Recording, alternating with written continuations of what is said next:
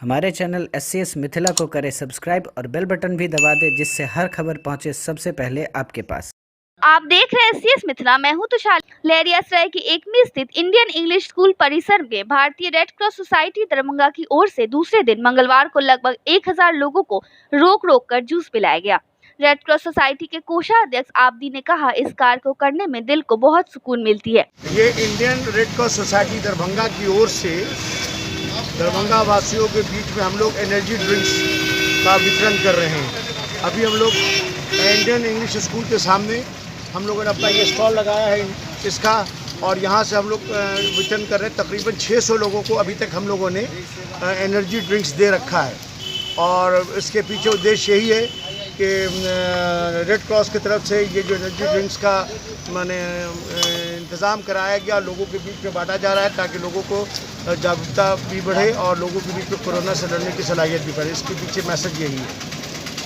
क्या इसका ये जो प्रोडक्ट है ये कहाँ से है और क्या है इसके बारे में? ये जो प्रोडक्ट आप जो देख रहे हैं ये कोका कोला का प्रोडक्ट है, और ये एप्पल जूस है, और 100% इसका फ़ायदा ये होगा कि ये इम्यूनिटी बढ़ाएगा, एनर्जी बढ़ाएगा और लोगों के अंदर में क्षमता पैदा होगी।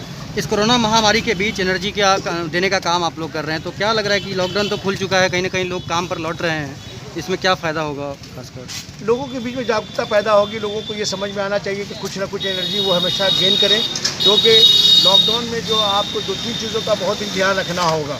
एक तो ये कि आप अपनी अंदर की इम्यूनिटी को बढ़ाएं, नींबू का इस्तेमाल करें, पानी खूब पिएँ, और सोशल डिस्टेंस प्लस मास्क का इस्तेमाल करें, क्योंकि अब हम लोगों को इसी में जीना है और ये बीमारी कुछ 10 दिन में ख़त्म होने नहीं जा रही है। सोशल डिस्टेंस को मेंटेन करते हुए इसको हम लोग बढ़ाएं, और यही उद्देश्य हमारे रेड क्रॉस सोसाइटी का है, और यही मैसेज हम लोग देना चाहते हैं। कितने बजे से शुरू किया? जब तक हमारा अभी स्टॉक है, अभी हम लोग लगभग 200 आदमियों को और यहाँ पर कोल्ड ड्रिंक्स देंगे। शुरू कितने बजे किए थे?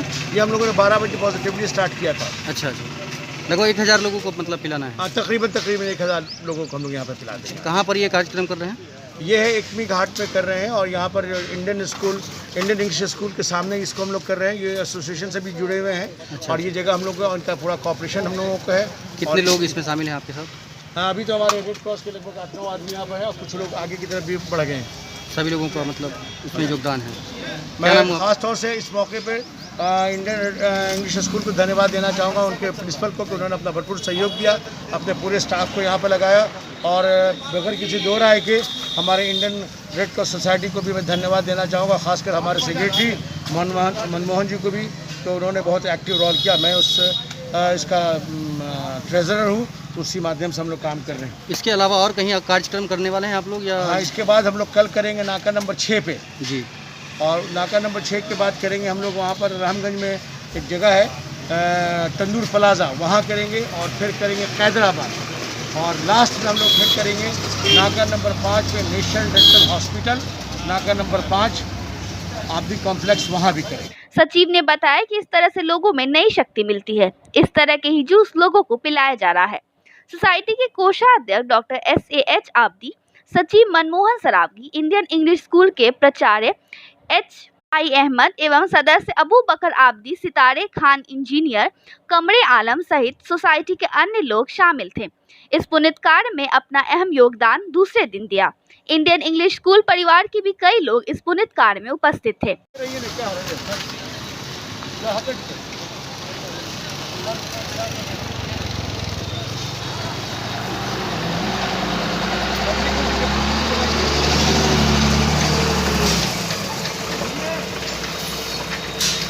लेता है